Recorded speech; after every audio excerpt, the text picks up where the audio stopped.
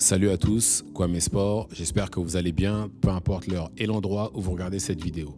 Avant de commencer, cliquez sur like, abonnez-vous et activez la cloche de façon à être tenu au courant quand je posterai de nouvelles vidéos.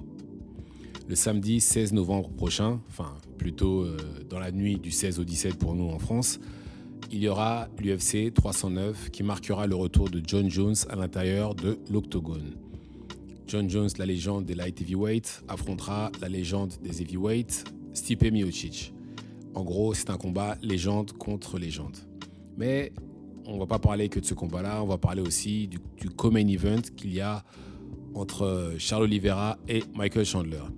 Après, je ne vous cache pas que les combats de la main card ne m'intéressent pas plus que ça. Le combat de femmes ne m'intéresse pas. Bonical contre Paul Craig. Très franchement, j'ai l'impression que l'UFC est en train d'essayer de créer une star en la personne de Bonical. Parce que Paul Craig, certes, oui, c'est quelqu'un du sol. Mais sur ses 4 derniers combats, je crois qu'il n'y a qu'une seule victoire. Chris Weidman contre Eric Anders ne m'intéresse pas. Et on va commencer tout de suite avec Charles Oliveira contre Michael Chandler. Alors, il s'agit d'un rematch. Les deux se sont affrontés en 2021 pour la ceinture vacante en lightweight. Combat gagné par TKO de Oliveira. Alors, c'est un combat que Chandler dominait au premier round. Et au deuxième, je crois dans les 40 premières secondes, Oliveira l'a envoyé au sol avec une série de coups de poing. Et l'arbitre a dû intervenir.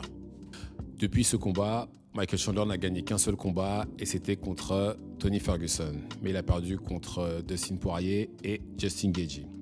Il devait combattre Conor McGregor, mais le combat a été repoussé. Et puis là, on lui a offert l'opportunité de combattre Oliveira. Et justement, là, le vainqueur de ce combat-là devrait se rapprocher d'un title shot, je pense. Ou même avoir un title shot.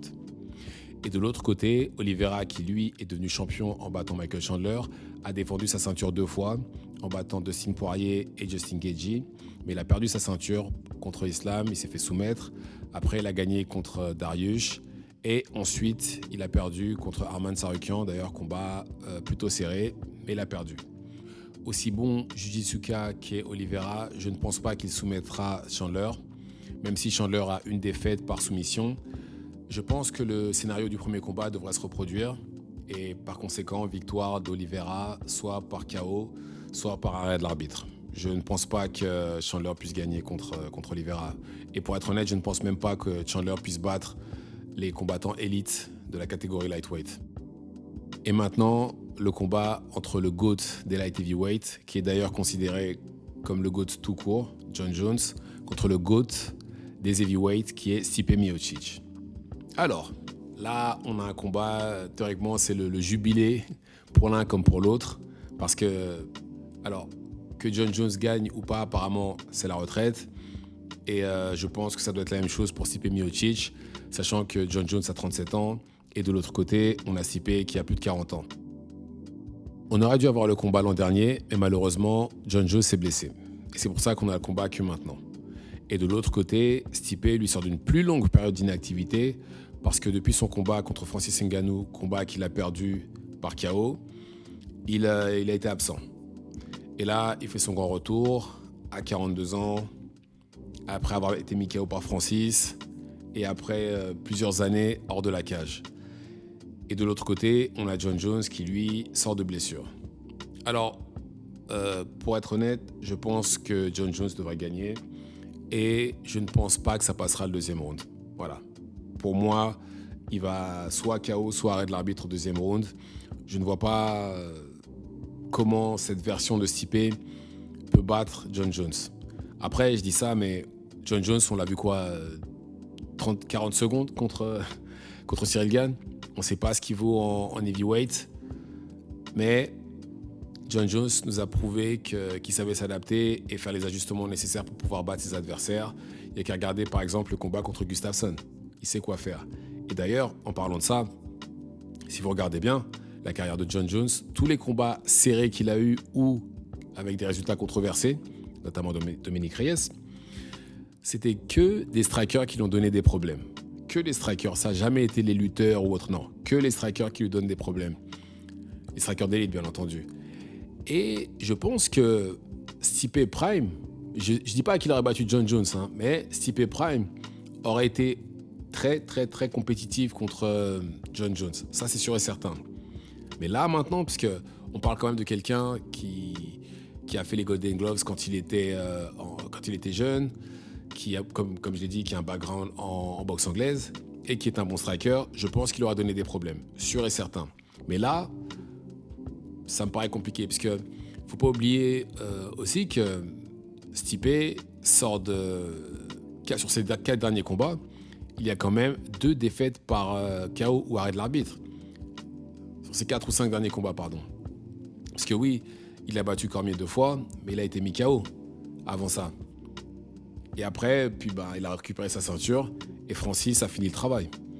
Donc, on parle de quelqu'un qui doit sûrement être plus fragile qu'auparavant, sachant qu'en plus il a 42 ans. Et là, quand je vois John Jones qui se tue à la tâche, à l'entraînement, et d'ailleurs c'est ce que tout le monde dit, je me dis que non, il est là pour abattre. Il est là pour abattre. Et une autre chose aussi qui me fait dire que Stipe va perdre, c'est que Stipe, il a dit lui-même, et il a toujours fait ça durant sa carrière, c'est qu'il n'a pas arrêté son activité de pompier. Il n'a pas arrêté son activité de pompier. Et je me dis, mais c'est pas possible. Là, c'est théoriquement son dernier combat et un des combats les plus importants de sa carrière. Mais pourtant, il ne veut pas arrêter son activité de pompier. C'est honorable, hein, c'est bien, bravo, c'est bien pour la communauté, on a besoin de pompiers, de policiers, etc. Mais là, c'est pas le moment. C'est pas le moment. Là, il faut s'entraîner tout le temps. Tout le temps. Et même au-delà de l'entraînement, il faut avoir la tête dans le combat et pas dans le sauvetage de personnes ou de feux ou d'animaux, je ne sais rien. Enfin bref, il faut être dans son combat à 300%. Et là, ça va être compliqué, ça va être dur. C'est ça qui me fait douter en fait de Stipe. Et de l'autre côté, quand on voit John Jones, avec qui il s'entraîne et tout ça, on peut que se dire non, là, il veut vraiment donner un gros spectacle avant de poser les gants. Et comme j'ai dit, j'insiste, pour moi, ça passe pas le deuxième round. Ça ne passe pas le deuxième round. Je pense que Stipe va aller dormir encore une fois. Et ça va pas être beau à voir. Soit il va l'endormir debout, soit il va l'emmener au sol. L'un ou l'autre. Mais en tout cas, ça passe pas le deuxième round, sûr et certain. Parce que, certes, Stipe, on l'a vu, il a mis des KO, etc. Très très bon combattant. Mais là, je pense que là, tous les facteurs accumulés, l'âge, l'inactivité, le KO de Francis qui était vraiment un gros KO, plus le fait qu'il continue son activité de pompier, ça fait beaucoup. Ça fait vraiment beaucoup et j'ai vraiment du mal à croire qu'il puisse battre John Jones. Encore une fois, Prime contre Prime, il y a bagarre. Il y a bagarre et ça a été vraiment très compétitif. Mais là maintenant, en 2024, je pense que le train est passé pour l'un et comme pour l'autre d'ailleurs. Puisque là maintenant, une fois que les deux auront combattu, on va pouvoir passer enfin à autre chose. La catégorie sera libre et Thomas Spinal et les autres combattants pourront enfin essayer de saisir la ceinture. Enfin, saisir la ceinture parce qu'elle sera forcée, normalement elle devrait être vacante. À moins que John Jones ne change d'avis. Mais bon, pour l'instant, c'est pas prévu. Donc voilà mes prédictions pour la carte UFC 309, enfin prédiction de la carte des deux combats, du main event et du co-main event. Dites-moi ce que vous en pensez dans les commentaires, activez la cloche de façon à être tenu au courant quand je posterai de nouvelles vidéos et c'est tout pour moi. Ciao ciao.